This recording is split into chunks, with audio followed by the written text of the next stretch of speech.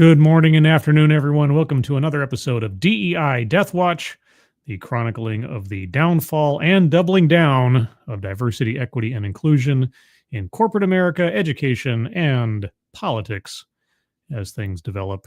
Hope everybody's doing good on this Friday morning or afternoon, depending on where you are. I'll put a little background music there for a minute. Pre-apologies. I'm working my way through a migraine this morning. Not the worst migraine I've ever had, but enough that it's annoying. I have to get past it in the next couple of hours because I have plans to hang out with Sister Scribe and Mama Scribe, and those cannot and will not be canceled. So a little bit of after-show therapy with laying down with a cold mask on for a while. But before that, who's joining me on this Friday morning / afternoon? The Alexander. Good morning. Kieverdam, good morning, and thank you, Kieverdam, for providing the link to the Leukemia Lymphoma Society donation page. This guy's pinned at the top of the chat box. If you have the opportunity, please take a look at that. If you can donate, please do so. But even if you can't, if you can share that out on social media, that would be appreciated. So thank you ahead of time for that. And thank you, Kieverdam, as always, for providing the link. Resolute Germ, good morning. Funtime Bats, hello. Kiro Soldier, hello. Some Namnyol Nation, hello. Unfair Ophelia, hello. Mike Savage, blarg. Sabian 187, good morning or afternoon. Robert Pincus, hello. Kirsten Scholl over on the X Machine, good morning to you. Thank you so much for being there. And guys, if you are on X or have seen me on X, please retweet my stuff because, yeah, I'd appreciate it. Otherwise, what's the point? I don't get too, existential about it, but what is the point? I don't know. Attack Alpaca might have the point. Good evening. Good morning, Attack Alpaca. Some Namnyol Nation, good morning. JMK, good morning. Kiro Soldier, hello. The Best Remy, hello. And I think that's everybody. If I missed anybody, if you're lurking, if you're in the future, good morning. All right, let's get into the stories so we can update ourselves and what's all going on. Let's start with our friend Target. Target is becoming sort of like the poster child for wishy-washy, will they, won't they, DEI rollback or rename. But it seems to be that they're just kind of renaming stuff. Major retailers like Target said they ended DEI, but held onto some policies behind the scenes. That's not quite the same thing, is it? Major retailers publicly touted the end of their diversity, equity, and inclusion policies to appease President Trump.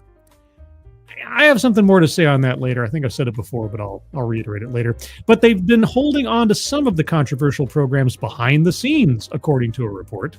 Tractor Supply, Target, and Amazon have been making quiet promises to continue their diversity initiatives, according to a Reuters report based on more than a dozen interviews. U.S. Attorney General Pam Bondi threatens to prosecute private firms with quote-unquote illegal DEI programs following Trump's executive orders. Companies are, quote, trying to thread the needle, stay true to corporate values, satisfy various stakeholders, but reduce legal risk, unquote. Jason Swartz, an employment law partner at Gibson Dunn, who advises clients on DEI policies, told Reuters, well, here's the thing, just don't actively use quotas. And this doesn't mean that I'm like, any company that just doesn't actively use quotas but still internally promotes race, gender, etc.'s value factors in employment and such. I'm not saying that's good, but the problem is, unless you have very, very fine refinement of the law, that's about as good as we can hope for as the American public that wants things to be as fair as possible. There will always be ideology and sentiment that fuels decisions, even if they don't write them down. And that's the dividing line between what you can usually go after for legal action and what you can't. Tractor Supply, a farm equipment retailer, was one of the first American firms to kill its diversity and carbon emissions goals in June 2024, facing the threat of a boycott from its largely red state consumer base. The company also cut ties with the Human Rights Campaign and pledged to stop funding LGBTQ plus pride festivals. Instead, Tractor Supply said it would beef up its support for veteran causes. Yeah, something that actually is denoting of merit and public service. Emergency response agencies, animal shelters, state fairs, rodeos, and farmers markets. Well, gosh, community-oriented stuff. Population-oriented stuff. Not demographic-oriented stuff. I know. Crazy idea. But Kiana Robinson, the contractor who led the diversity data collection at Tractor Supply, told Reuters the farm supply retailer offered to keep her on at the company in an undefined role that would be, quote, as closely aligned as possible, unquote, to the DEI work she had been doing. Interesting. Managers assured her that Tractor Supply would continue its DEI initiatives behind the scenes, including its resource groups for underrepresented employees, she said. Oh, employee resource groups. I haven't done something on that in a while either, so I think two things I need to look up for upcoming streams or TEDx's and stuff. Restorative justice and ERGs. There we go. Quote, I don't want to work for an organization that wants to hide me, she told Reuters. Well, that's their only option if they want to continue DEI and you doing the work you were doing. Because now you're a legal liability, or at least the work that you do is. So, Tractor Supply did not immediately respond to the Post request for comment. Something's playing down here.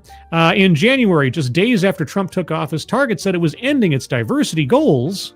No, not aspirational diversity targets or something.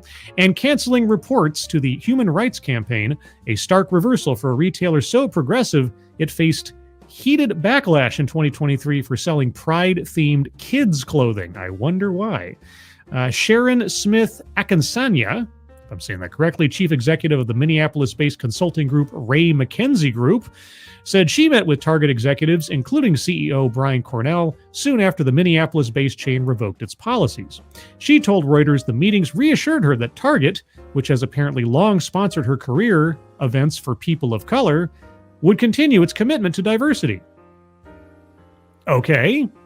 Quote, I believe the Target DNA we have come to love remains intact, Smith Akinsanya told Reuters, adding that she understands the political threats companies are facing.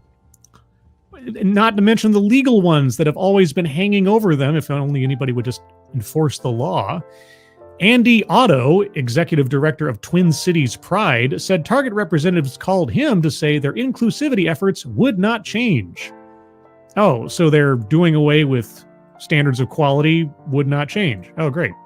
Despite the phone call, he said his LGBTQ plus nonprofit refused a $50,000 sponsorship from Target after nearly 2 decades of partnership because of its public pledge to revoke its diversity goals and for cutting down its Pride collection following its 2023 scandal.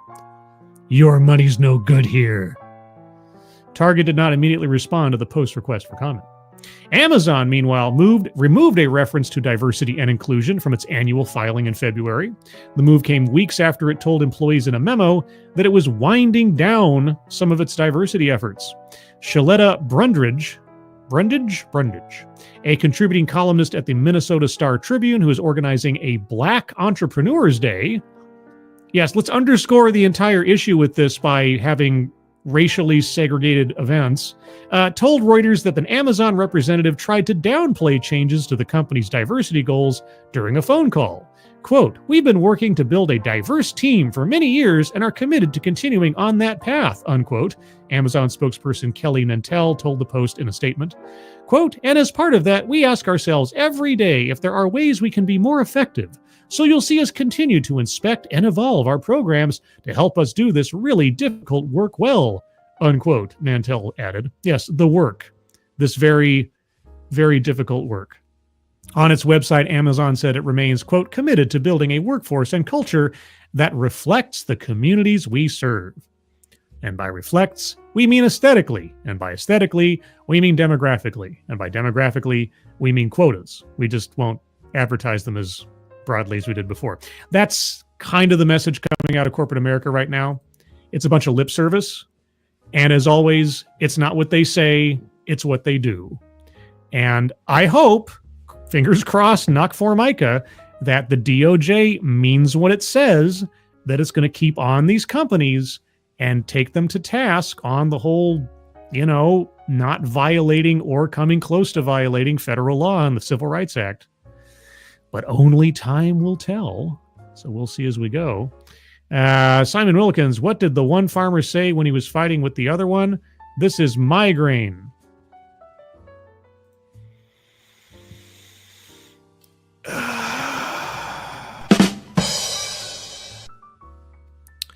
I think my headache's coming back for some reason. I don't know why. It seems like magic. Very bad voodoo magic. Anyway. Hi, I'm Steve. Hi, Scribe and Chat. Nice surprise to get out of work and see a Scribe live stream. I know. Well, I'm trying to make these like Monday and Friday at 11:30 a.m. is what I've been trying to slot these for. So I have a bi-weekly digest of stories going on with DEI. So that's the schedule you can set your calendar to, unless I tell you otherwise. Anyway, let's move on to something else that I wanted to cover real quick, relatively quick, and that's Hollywood. My friend over at Midnight's Edge, Andre, he put out a video the other day talking about Hollywood and DEI and how Trump's lambasting of DEI after coming into office was a gift that Hollywood was welcoming because it gave them an excuse to get rid of DEI initiatives. Depending on the organization, perhaps he's right. I think that there's a different mechanism taking place as a result of Trump making DEI a marquee issue. But before we get to that, let's read what the Hollywood Reporter has to say about it. DEI is disappearing in Hollywood. Was it ever really here? As Trump cracks down on diversity and inclusion policies, studios are at a crossroads, with some observers questioning how effective the benchmarks were to begin with. The benchmarks? You mean the quotas? If Hollywood's answer to Donald Trump's first months at the White House in 2017 was resistance, the 2025 edition so far appears to be more muted and a tad indifferent. The Academy Awards 8 years ago celebrated diversity as Trump implemented his America First vision for the country that thrusted actors and other talent onto the front lines of the culture wars. No, it didn't. They chose to put them there. And themselves there. Warren Beatty invoked politics in his presentation of the Best Picture nominees, observing that those movies, of which Barry Jenkins' Moonlight emerged as the winner, quote, shows us the increasing diversity in our community and our respect for diversity and freedom all over the world, unquote. Yeah, diversity almost takes on a quasi-religious connotation in this sense, doesn't it? This time around, Trump and politics were almost entirely absent from the Oscars. Almost entirely. The carefully curated presentation stayed in line with other awards ceremonies, keeping Washington at arm's length from Hollywood, even as the administration cracks down on diversity initiatives hailed not too long ago as representing a much-needed step forward in getting films and TV series to more accurately reflect audiences worldwide. Yeah, but it's all aesthetic. It's got nothing to do with the merit behind the scenes, does it? And so they were all crappy, and they didn't do anything and didn't make anybody any money. Anyway, Trump's campaign to end diversity, equity, and inclusion policies has rattled companies across the industry. Now, here's where I want to put forward my theory. Andre's theory is that Trump was a godsend to Hollywood companies and other studios and such that were looking for ways to get rid of DEI. Again, depending on the institution, that might be true. My theory, however, is that Trump accelerated efforts that many companies, studios, and elsewise were hoping to wind down much more quietly, if at all. That's what I think happened. I think Trump upped the timetable for what they were already starting to do back in 2022 in small ways, here, there, and otherwise. And unfortunately, Trump made it a national issue. And so now companies are having to come out very publicly and say what they're doing. When they let off a DEI executive, when they roll back a plan, it becomes a news story now. Whereas before, it probably would have been something on page 17 of the newspaper and only wonks like me would have noticed it. That's what I think happened. I think they were hoping to quietly roll back and wind down these things, not only because there was no ROI on DEI, but also because as more quietly they could get rid of them, the less likely they'd face any legal liability. And every day that goes by after you turn off your DEI policy is a day closer to getting past any statute of limitations. That's my theory, in large part. But I could be wrong. In its latest filing to regulators, Disney scrubbed references to its Reimagine Tomorrow initiative, which launched in 2021 with the purpose of amplifying underrepresented voices and other employee development programs. or ERGs. And on March 3rd, Walt Disney Animation Studios officially pulled the plug on its Tiana Princess series after doing the same for a transgender storyline in the Pixar original animated series Win or Lose, which will introduce an openly Christian character, a first for the studio in almost 20 years. I hadn't heard about that part, but okay, an openly Christian character. Wait, what about Hunchback of Notre Dame? What? Wait a second. Hold on. Hold the horses. Wait. Were there, I mean, whether they were villains or not, were there no openly Christian characters in the Hunchback of Notre Dame? Am I yeah? Wait a second. Sorry. Over in the chat. Where is it? I'm looking. I don't see it, but someone has told me. So anyway, listen, Scribe. Alyssa has a birthday song for us. Alyssa, where's Alyssa? There she is. Alyssa Halcom. Hi, Scribe. I got home from the hospital yesterday after giving birth to my son, Matthias, on the 4th. Any chance you can get a birthday song? Of course. Oh my gosh. Congratulations, Alyssa. Holy cow. Am I saying that correctly, Matthias? Or is it Matthias? Depending on, I've seen it said either way. Let me know the correct pronunciation. I want to get it right because I've seen it in different ways. So is it Matthias or Matthias?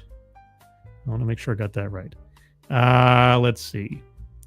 Wait a sec. That's Catholic, LOL. Pardon me. What is Christendom?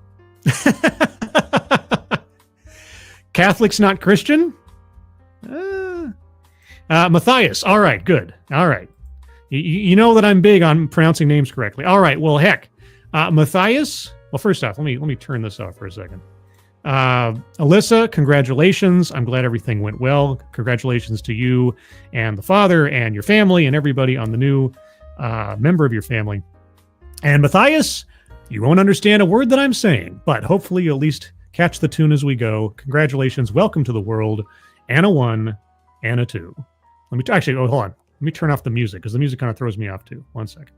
I'm sorry. I want to make sure I do this right. Happy birthday to you. Happy birthday to you. Happy birthday, dear Matthias. Happy birthday to you. Happy birthday, Matthias. Welcome to the world. I hope it's a good one. Your life, the days to come. And congratulations, Alyssa, and to everybody else involved, presumably the father, and the rest of your family. That's great. That makes me happy. Yeah, my headache is slowly easing away. Slowly. Things like that take my mind off at least for a moment. So thank you so much for that, and congratulations. Let's see. What was Hollywood saying about this now? Disney. Okay. Disney is not alone in retreating from DEI efforts. You're not kidding. Amazon Studios quietly rolled back division-wide policies aimed at boosting diversity on its TV shows and films, including one that aspired to cast at least one Black, Latino, Indigenous, Middle Eastern, or Asian character for speaking roles. Wow. And in what? Okay. This was followed by Paramount eliminating staffing goals tied to race. You mean quotas? Illegal quotas. Staffing goals tied to race, ethnicity, and gender. You know, this really isn't getting as much ink as it should. Paramount admitted in no uncertain terms that it had hiring quotas based on those elements prohibited under Title VII. That's like, hey, we've been committing years worth of civil rights violations, guys. That really should be a bigger headline. And Warner Brothers Discovery announcing that it was opening up its talent pipeline programs to all applicants. Well, what were its restrictions prior? Among other decisions that include dropping the D and E in DEI. Yes, they're going for the inclusion model, that which is favored by Bridge. Some companies, like Apple Studios under its parent, maintain DEI, but not in a potentially illegal fashion that involves hiring quotas or targets. Potentially illegal fashion? You guys, oh man, I really hope somebody with some heft, whoops, no, I didn't mean to do that. Whoa, that was crazy. Really needs to pick up on this part here. Higher staffing goals tied to race, ethnicity, and gender. Quotas, illegal quotas, not potentially illegal, illegal quotas. Potentially, why does it keep doing that? I'm not scrolling up. It's like this weird. Stop doing that. I left off somewhere. There we go. Okay, I'm going to try to stop doing that. Potentially illegal fashion. Let's try this again. Maintain DEI, but not in a potentially illegal fashion that involves hiring quotas or targets, which can be viewed as a form of discrimination. It can be because they are, by their very nature.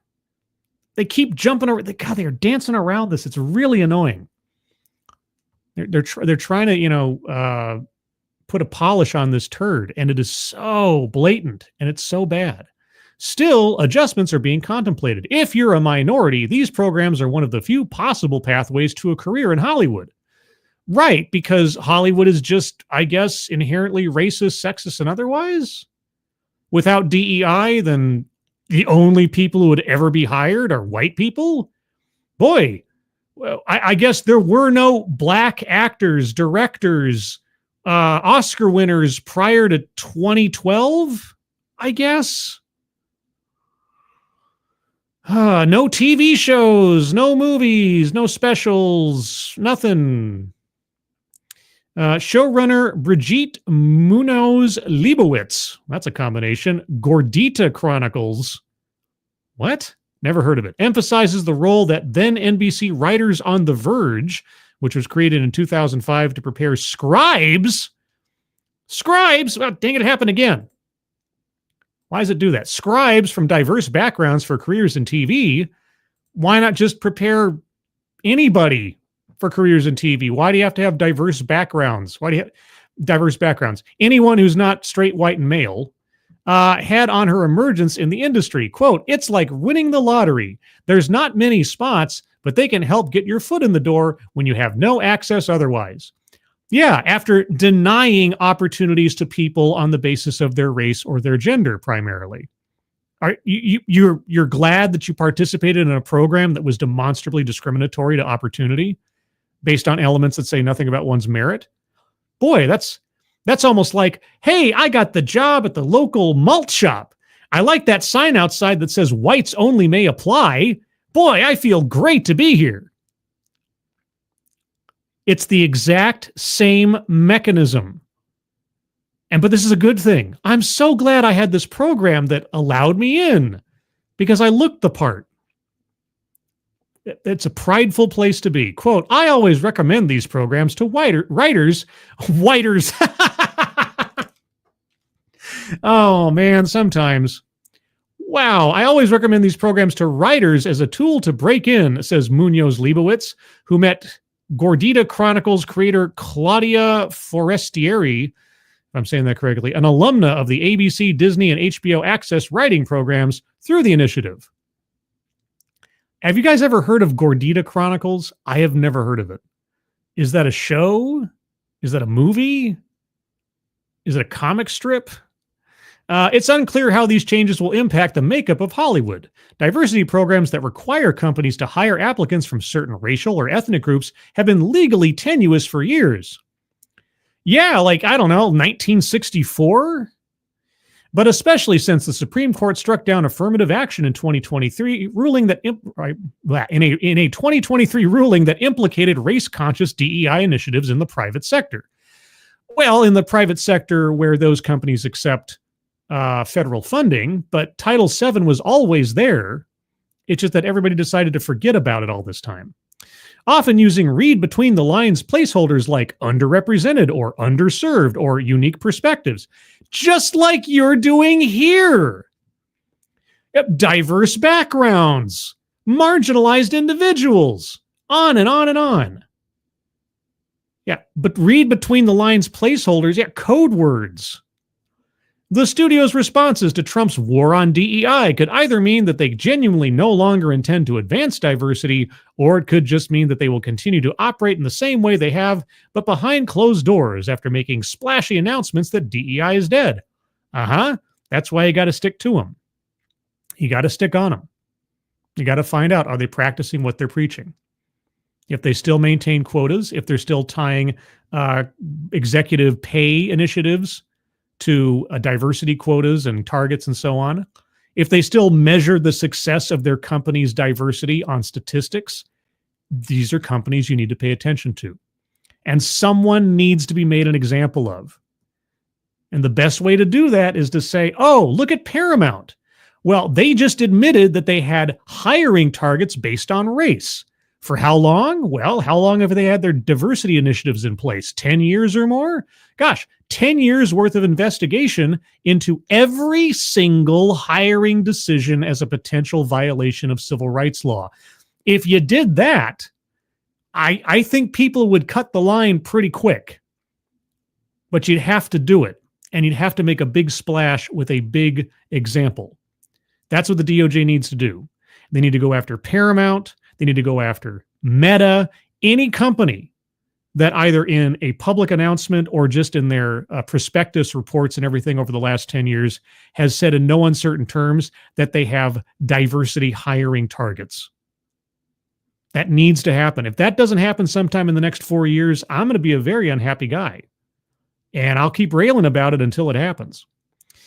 Let's see. Quote, these companies are still dedicated to the work, but quietly and not as loud, says Karen Horn, former WBD Senior VP of DEI, there's a lot of letters there, who's the architect of several talent pipeline programs in the industry. One example, there are no plans to eliminate or change the Sundance Institute's storied artist program for directors from historically excluded backgrounds, according to a person familiar with the situation. Under the initiative, filmmakers receive a $25,000 unrestricted grant, so free money, courtesy of Sundance and the Walt Disney Studios' new Project Advancement and Completion Fund. Project Advancement and Completion Fund. Okay. Inaugural grantee Sean Wang was a recipient in 2023 for D.E.I, an Asian American coming-of-age story set in his Fremont, California hometown. Okay. And Paramount will also continue to host several programs that could be billed as DEI, according to a person familiar with the situation. These initiatives, some of which seek applicants from quote-unquote diverse backgrounds, but also accept straight white men, including the Viewfinder Emerging Directors Program and Supplier Diversity Program, which seek applicants from diverse backgrounds, but also accept straight white men. But depending on whom you ask, DEI failed to lay out a path forward, transforming Hollywood the way the studios said it would after the murder of George Floyd in 2020. Because, guys, you know that George Floyd's death somehow involves hiring practices in Hollywood and in corporate America. And certainly it involves those things that were occurring up to 8 or 9 years prior to his death. Right.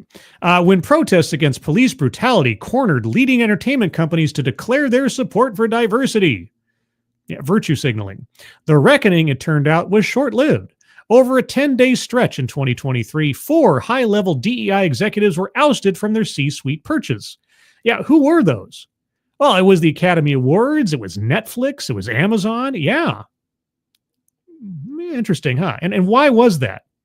Boy, in 2023, what happened in 2023? Oh, yeah, the affirmative action decision. The affirmative action decision that said that any entity accepting federal funding is now implicated in race-based decisions or anything else in Title VI because affirmative action isn't a cover for it anymore. Yeah, I know. And diversity is not an argument against Title VI. It's unclear whether most Americans will even miss DEI. I won't when it's gone. A YouGov poll earlier this year found 45% favored ending DEI in school and government, with 40% opposed. In the private sector, the issue likely isn't with the intent of these programs, it's how they were constructed. Okay, first and foremost, after a semicolon, you still lowercase that. With the intent of the programs is to favor people on the basis of their race, gender, or orientation over other people based on their race, gender, or orientation. And you can get away with that as a thought as long as you don't have anything on paper that says that's why I decided to hire this person versus that person. Yeah, this will drive discrimination underground like it has been forever because the law can only follow a paper trail ultimately, or a demonstrable amount of evidence that says otherwise. Notice how several companies use the term goal or target and not requirement in the discussion, tying staffing to diversity. Hint, reverse discrimination. No, there's no such thing as reverse discrimination. It's just discrimination. And thankfully, the likely decision in the recent Ames case before the Supreme Court will do away with that notion. But yes, look how they use the term goal or target and not quota. It's the same thing. The ability of these initiatives to withstand scrutiny, see underrepresented versus mentioning a specific race, withstand scrutiny. Okay, only if you are an absolute moron. Okay, if you can't read, quote unquote, between the lines on this stuff, you do not have a brain in your head. Made them, at best, well-intentioned but generic, and at worst, toothless. Or vastly illegal. And as I say that, there's police sirens in the background. Sure. Another example, the Academy of Motion Picture Arts and Sciences in 2020 implemented inclusion standards requiring movies to meet specific levels of diversity, but they are so easy to meet that virtually every title ever nominated for Best Picture in recent decades would have been eligible. Sure, but after they were implemented, tell me, oh tell me true, how many pictures were rejected on those requirements? How many pictures were denied the opportunity for a possible Best Picture nomination? We were talking about this the other day. It's what's not said sometimes as much as what is said you have to pay attention to when reading this stuff. The Black Lives Matter movement that rippled across Hollywood, rippled? More like a tidal wave, also coincided with the boom times when studios were all too happy to throw money at showrunners in bids to grow their streaming platforms with original content. Yeah, like Netflix's initiative, Strong Black Lead. Their video on that was deleted. Fortunately, I grabbed it before they did that, and I did a video on that. So just look up on my channel, Netflix, and you should find something in there about Netflix culture myths about discrimination or diversity or whatever. And they took that one down pretty quick after they had all their little executives sitting around a table talking about how much they favored people on the basis of their skin color. It was great. I'm glad I saved that one. But amid industry contraction, as Wall Street prioritizes profits, shows thought of as only targeting niche audiences have swiftly been axed. Because they were probably garbage to begin with and weren't going to make these streaming services and studios any money. As past is prologue. Now studios are, quote, looking for content that appeals to a wider, W-I-D-E-R, more general audience, says an industry deal maker. A lot of people are starting to wonder why Hollywood doesn't resonate with the rest of America. Starting to wonder? Okay. I want to get through this because this is a long article, but holy cats. There's also the perception that the DEI push may have corrupted the intended goal of implementing fair hiring practices. May have corrupted. Since 2022, America First Legal Foundation, a conservative group founded by White House Deputy Chief of Staff Stephen Miller, has brought federal complaints against major companies, including Starbucks, Morgan Stanley, and BlackRock, arguing that corporate diversity and hiring practices run afoul of civil rights laws. I know! Whoa, how crazy. Last year, it targeted allegedly discriminatory hiring quotas at Disney, specifically a provision requiring that at least half of producer and writing staff come from underrepresented groups. Those code words you were just talking about earlier, right?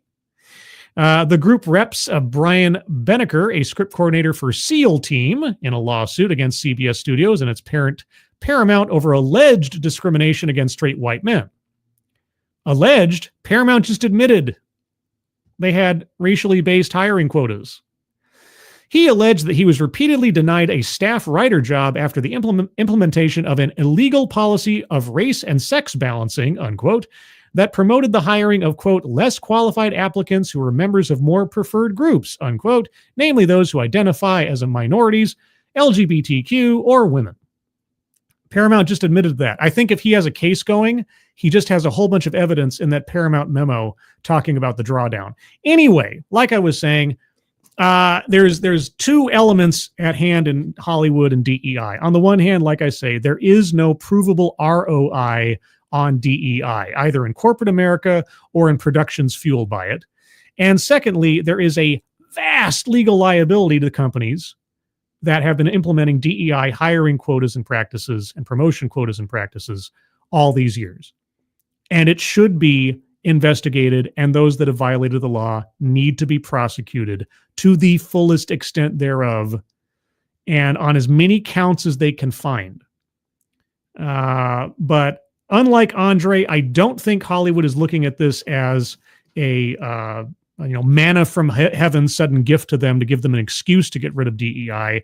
I think this is accelerating something that they had hoped in some way, shape, or form to either roll back quietly or not advertise as blatantly as previously if they'd been able to get away with it under a more, let's say, amenable administration, say Kamala Harris. But that did not come to pass, and so the timetable has been upped. So anyway, that's Hollywood DEI and my theory on that one. Let's see. It's just a perception that it may have happened. Let's see. Oh, Wall Street wants profits. That's the problem. Not that anybody watches it.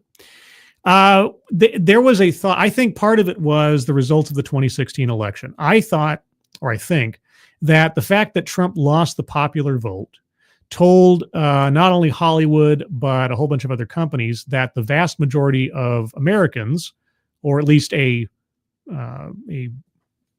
sizable majority of Americans, were wholly against Trump, because there is no in between. There's no gray area. Either you're fully Trump or you're not Trump. So if Trump's against DEI, then that entire swath of America must be for DEI and must be pro that, because there can't be any gray area. And so they were fueled by the resistance. They were fueled by the disparity between electoral college votes and voter votes. And that's what helped them convince themselves they had an audience that would supersede the administration, along with, fueling their ideological crusade. Now, after this election and everything that's gone on in the meantime, plus the Supreme Court decisions elsewise, that has turned out to be not the case. And the billions and billions of dollars they promised to DEI initiatives after George Floyd's death didn't go anywhere. And I can't count how many videos about DEI consultants and others complaining about, where's the money I was promised? I was promised $20 billion. Where's that money? Because they know it doesn't buy them anything. They know it doesn't make them any greater profits. They don't want to admit it. They don't want to say it out loud because that would go against the narrative. But that's the truth of it. There is no ROI on DEI. Moving on, I only got two stories left. Well, I guess two stories and an additional. Let's go on to Reuters. The future of corporate DEI initiatives, legal uncertainty, enforcement risks, and strategic adaptation. Now, here we go. Here's we get to the meat and potatoes of it. This is from March 7th, so just today. Oh, yeah. In the first several weeks of his second administration, President Trump signaled his intent to implement sweeping changes impacting the viability of corporate diversity, equity, and inclusion initiatives.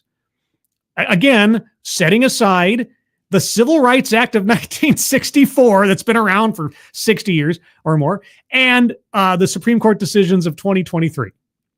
Yeah. But aside from that, No, Donald Trump showing up. Really, it was Donald Trump where everything suddenly became legally questionable. Indeed, in line with campaign promises, the president issued several executive orders designed to curb, quote, dangerous, demeaning, and immoral race and sex-based preferences, unquote. Among other things, the executive orders mandate the termination of all DEI programs across the federal government and direct federal authorities to investigate private sector businesses whose DEI initiatives may run afoul of federal law. May. They do. In many cases. Check out Paramount, check out HP, check out Meta, Google as well. This article will therefore focus on the existing and also possible future legal landscape with respect to corporate DEI programming in light of the new administration's stated priorities. It has nothing to do with Trump. It's been accelerated, but they've always been legally questionable. Executive orders, scope and impact. Well, those only affect federal things, so I'm not going to worry about that. Department of Justice's implementation and enforcement. Beyond issuing executive orders, President Trump has also enlisted the Department of Justice to implement his priorities.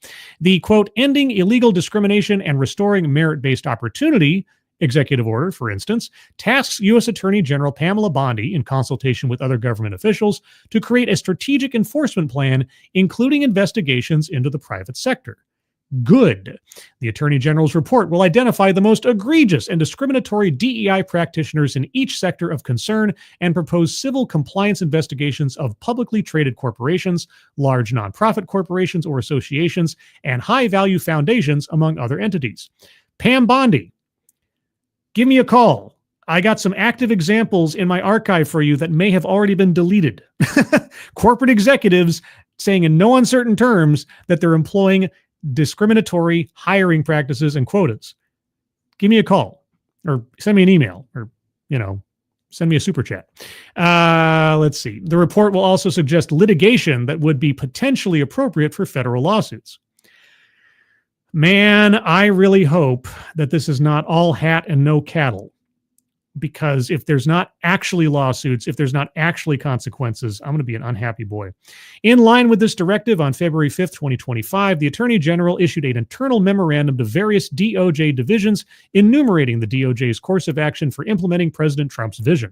Attorney General Bondi's memorandum specifically states that the DOJ's Civil Rights Division will, quote, investigate, eliminate, and penalize, hopefully, illegal DEI and DEIA preferences. If you need some advice on DEIB, I've got some videos. Mandates, policies, programs, and activities in the private sector. To that end, the DOJ had until March 1st, 2025 to submit a report including, quote, proposals for criminal investigations, yes, and up to 9 potential civil compliance investigations of publicly traded corporations, large nonprofit corporations or associations, and high-value foundations, among other entities. Did that report get issued? Do we have access to that report? I need to look for that one. The counter movement. In response to the Trump administration's DEI-related actions, several state attorneys general and advocacy groups have launched a resistance. For instance, the Massachusetts and Illinois attorneys general, joined by 14 other Democratic attorneys general, are leading a charge to make clear to employers that many DEI initiatives remain legal. Okay, before I read on, I'm not looking at the words. Am I going to read anywhere in here the word aspirational?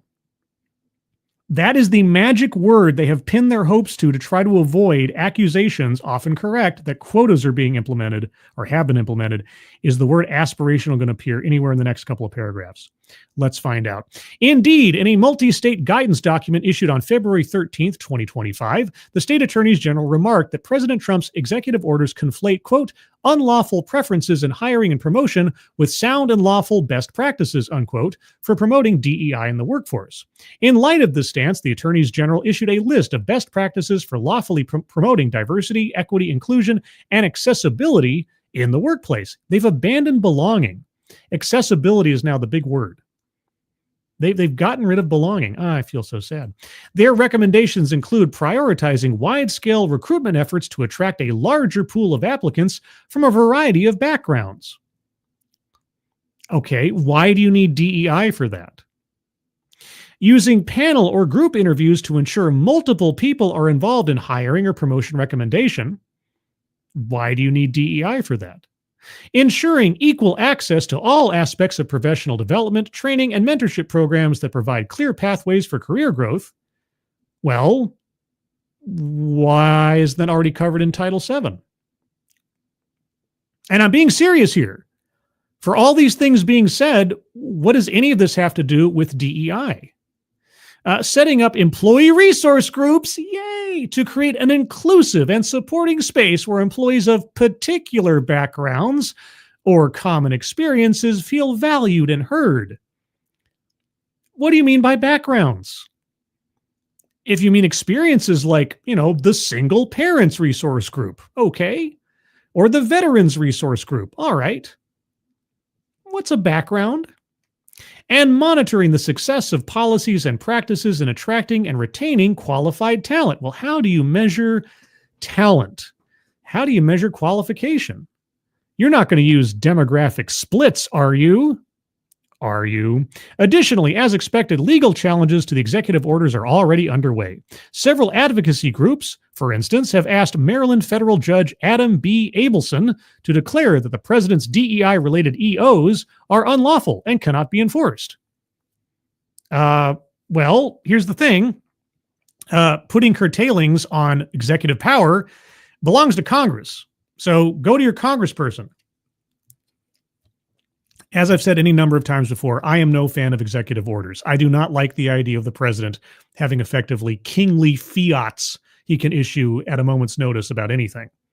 I didn't like it when Obama did it for the DACA program, and I don't like it now. But unless or until Congress decides to curtail the power of the executive in such instances, it's going to keep happening. And activist judges trying to put the kibosh on these things is effectively and always probably going to fail unless or until the Supreme Court says otherwise, or Congress acts to change the law and inhibit the executive. Anyway, the groups argue that both executive orders violate the separation of powers regarding control over government spending and that they are overly vague, violating due process rights due to a lack of fair guidance on the executive order's prohibitions and definitions of key terms. Well, here, I'll clear it up for you. Read Title VI and Title VII of the Civil Rights Act of 1964. And then ask yourself, is your organization sticking to those laws? Trump's executive orders should effectively be redundant. They shouldn't have to be there in the first place. He should just say, hey, look at the stuff that was written back in 1964. You guys are already breaking the law. Any DEI program that violates any of these existing laws has violated federal law, and we will prosecute you.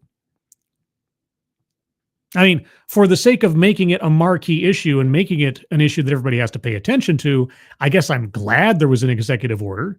I don't think that it was necessary.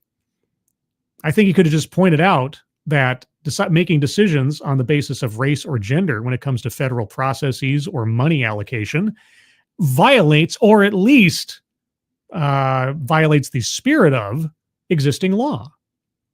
And let's get rid of them and put the corporate sector on notice as well. We're going to start enforcing Title VI and Title VII. The EEOC is going to be well-manned and well-staffed and well-funded. And watch out. That would have been enough for me. An executive order, I think, is ridiculous. But anyway, and indeed, on February 21st, 2025, Judge Abelson partly granted the group's request, temporarily blocking the bulk of the executive order's directives.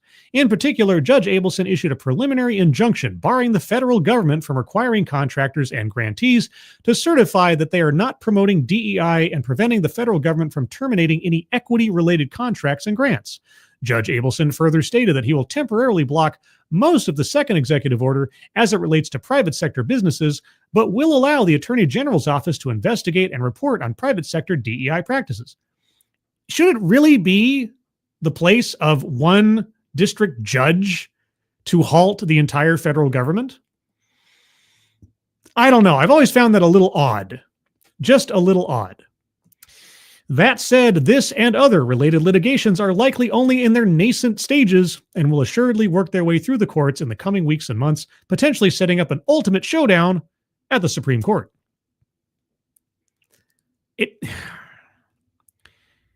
I don't know how many times I have to say this. Title VI, Title VII, it's already there. Affirmative action is out the window. There's nothing left to defend this legally, even if you could somehow conflate affirmative action to cover private sector decisions. It's gone. It was never legal in the first place, but it's gone now. So, anyway, this goes on for quite a while, and I'm already running out of my voice. Pardon me. And I want to get to one more story before I log out for the day and get ready to hang out with Mama Scribe and Sister Scribe. Pardon me while I wet my whistle. Okay, so this is the other interesting one that happened just the other day. Just the other day. So this is bizarre because I didn't know this was a thing that could happen. I guess it makes sense now that I think about it more. Trump signs order suspending security clearances for employees of Perkins Coie, citing DEI practices. Now, who's Perkins Coie? Perkins Coie is a law firm, a very big law firm. It had security clearances. I guess it was working with government agencies. On what, you might ask? Let's find out. President Donald Trump signed an executive order Thursday suspending the security clearances of employees at Perkins Coie, citing the law firm's diversity, equity, and inclusion practices. Quote, "This is an absolute honor to sign," unquote, the president said in the Oval Office. Perkins Coie has long been among the private Washington law firms most known for its work in Democratic Party politics. For several years, elections lawyer Mark Elias, who coordinated legal efforts for many Democratic campaigns and the party itself, was with the firm, which still handles legal work for the Democratic Senatorial Campaign Committee. The firm was also a magnet for Trump's anger after the 2016 election because it had used Democratic Party money to hire the opposition research firm that commissioned the Russia dossier about Trump and his campaign. So is Trump really getting rid of these clearances because DEI or as a personal grudge? And even if it's the latter, again, he can do that, or at least attempt to, because executive orders. In recent weeks, the firm has joined many other lawyers who are opposing the administration's actions publicly in court. Half a dozen Perkins Coie's attorneys are working on a case challenging Trump's ban on trans service members. Quote, "We have reviewed the executive order. It is patently unlawful, and we intend to challenge it," a Perkins Coie spokesperson said in a statement to CNN when reached out for comment. In the latest executive order, Trump also directed agency heads to issue guidance limiting Perkins Coie employees' official access to federal buildings. Quote, "When such access would threaten the national security of or otherwise be inconsistent with the interest of the United States." Oh, man. This is some vindictive stuff right here. "Meetings between lawyers at agencies are frequent when they represent a regulatory or investigations client." The president also sought to block agency officials from hiring members of the firm. Previously, Trump had suspended the active security clearances of lawyers at the large Washington firm Covington and Burling, who were working on representing Jack Smith, the former special counsel who now, as a private individual, is expecting Republican-driven investigations. You mean aside from his Democratic-driven investigations? Okay. Trump also revoked the clearance of prominent national security whistleblower lawyer Mark Zaid and others. Security clearances are often used by private practice lawyers so they can defend clients whose cases may require access to classified evidence or other protected national security material. The president's move to suspend clearances of some lawyers he politically opposes has shaken the legal community, especially in Washington, where a fundamental part of practicing law is allowing clients to choose their own representation. Even Trump's own defense lawyers in his classified documents case were able to have security clearances provided by the Biden administration's national security apparatus so they could adequately represent him in court. Okay, so it does sound a little bit shaky. If you've effectively taken select law firms and said, you can't represent certain clients because I say so, effectively, because if they can't access, secure information and the case deals with national security, or could, then yeah, you're telling people they can't hire the attorney they want to, de facto. Probably not going to stand up to legal scrutiny over time. But I'm not a lawyer. But you know who are lawyers? Why, Perkins Coie. Now, nothing in that article said anything about what DEI practices Perkins Coie possibly has been taking part in. Well, that's why I'm here. Let's take a look at this. From October 18th of 2022. I know. Seems so long ago now. Perkins Coie awarded Mansfield 5.0 certification plus, whatever that is, for diversity leadership. Oh, they got an award? Huh. What qualified them for that award? Perkins Coie is pleased to announce it has achieved Mansfield 5.0 certification plus from Diversity Lab, which measures how leading law firms have affirmatively considered women, lawyers of color, LGBTQ plus lawyers, and lawyers with disabilities for recruitment, equity partner promotions, and management positions, among other significant benchmarks. To achieve Mansfield 5.0 certification plus, law firms have to collaborate closely with Diversity Lab over a 12-month assessment period that includes a detailed review of their diversity and inclusion policies and practices. Quote, Diversity Lab's work is important in helping to improve diversity and inclusion within the legal industry, and we're honored to once again receive this recognition for our ongoing commitment and work, said Genny Givens-Bailey, Perkins Coie's Chief Diversity and Inclusion Officer. Oh, there she is over here. She's pictured there. Quote, we're pleased that with our continued progress to improve diversity across our firm, from our most junior lawyers to our senior management teams. However, we know there is much more work to be done to advance DEI priorities, and we remain engaged in that work, unquote.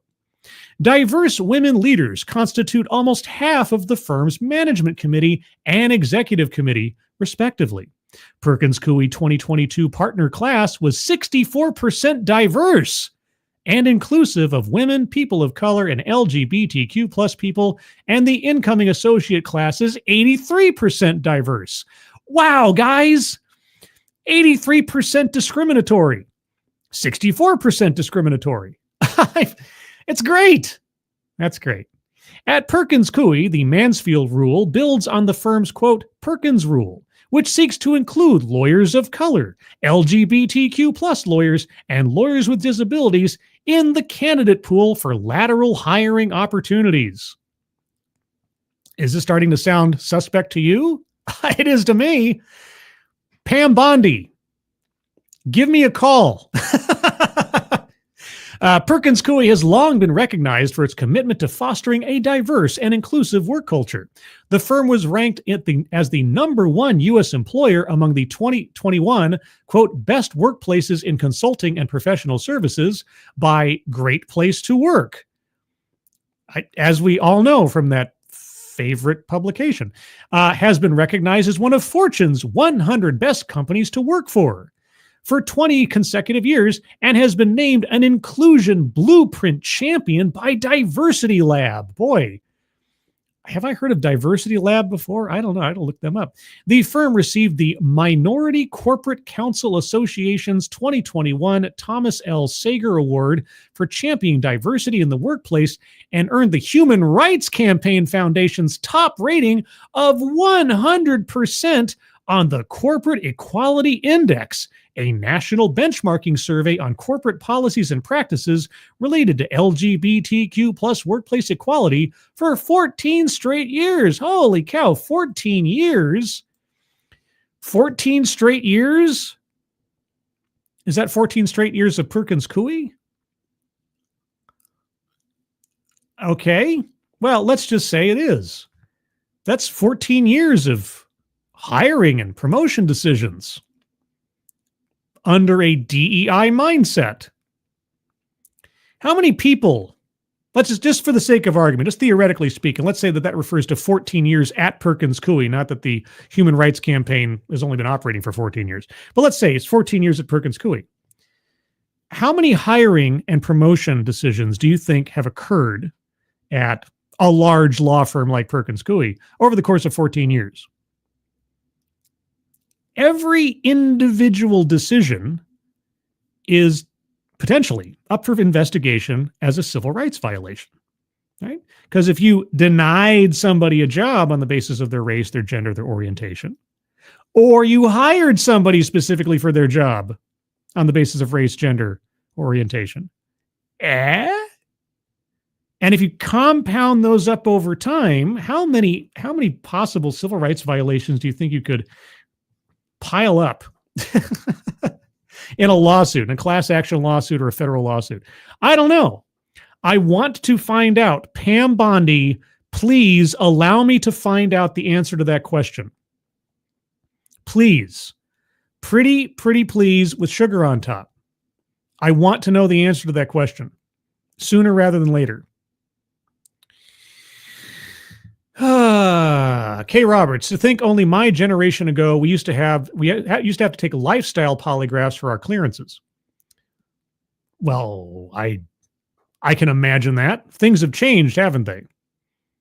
But now you have to take a lifestyle polygraph to get a job at Perkins Coie. Oh, yeah, because I've always wondered, like, how do they assess the orientation of their employees at these companies? Not just Perkins Coie, but all these companies with DEI initiatives, where they tout the percentage of LGBTQ plus, et cetera. Like, how does that conversation go during the course of the interviewing process? How do you verify or even broach the subject on someone's orientation, what they do in the bedroom? I've always wondered that one. K. Roberts, POTUS is the clearance authority. Their lawsuit can get bent. Well, the problem is, if he passes an executive order that's kind of a bill of attainder that also eliminates the possibility of anybody choosing their own attorney, I could see a legal question there. It's true, the president can decide who does and does not get clearances, but if he's going to an entire institution rather than individuals, that might be where he crosses the line. I don't know. I'm not a lawyer. I'm just saying it does bring up an interesting question. And it also, again, brings up an interesting question of the extent of executive power.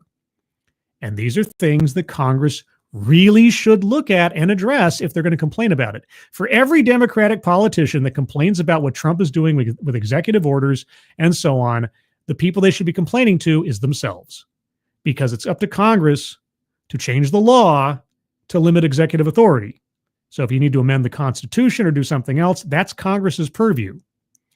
Everyone complaining about it but not doing anything about it, you know why they're not doing anything about it? Because they want to save that power and that ability for their president of choice in the future to have it to do what they want to do. So these next 4 years of Trump pushing the limits or taking advantage of existing executive authority, it's going to be interesting to see what kind of pushback, if any, there is, aside from just complaining. That's a whole other thing. K. Roberts again, we're not gay, but we're willing to learn. Stripes. Yes. Oh, the comedy of the past. Can you imagine trying to get away with that joke these days? They wouldn't even let it through the script writing process. Anyway, everybody, those are the stories that I have for today. I'll probably have some more on Monday because they just keep on rolling in. If you have DEI type stories or leads you'd like to give me on such stories, either personal or just something that you saw out there in the wild, such as it is, you can always tweet me on the Twitters. You can email me at my email, or you can post something into the DEI Deathwatch section of the Discord server. The Discord server, a link to which is in the chat right now. Click on that link. You'll find yourself on the landing channel called Say Hello. And in addition to saying hello, you just have to say the secret word. The secret word will tell me you're not a bot, have watched the stream, and have thus earned the right, the privilege, the entitlement to join the Discord server. Today's secret word is underrepresented. Just say hello, underrepresented, and I'll know that you watched the show. Outside of that, you can find me here Thursdays at 6 p.m. Pacific, 9 p.m. Eastern for TED Excellence. I'll take a look at another off-brand TED Talk. Did one last night on Gen Z and how tough it is to be an adult.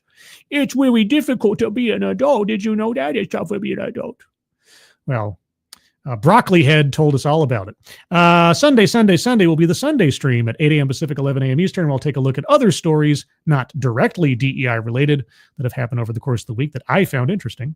And you can usually find me Mondays, Wednesdays, and Fridays in the morning on Midnight's Edge in the morning, where I was earlier before I had to take a break to try to get past my migraine, which it feels like I'm mostly past now, but now it's just sore. That spot in my head is just sore. So hopefully it's all gone by this evening when I get to hang out with Mama Scribe and Sister Scribe. But everybody elsewise, thank you so much for joining me. Moderators, thank you for keeping an eye on things, even though everyone here is so well behaved. You have very, very little to do.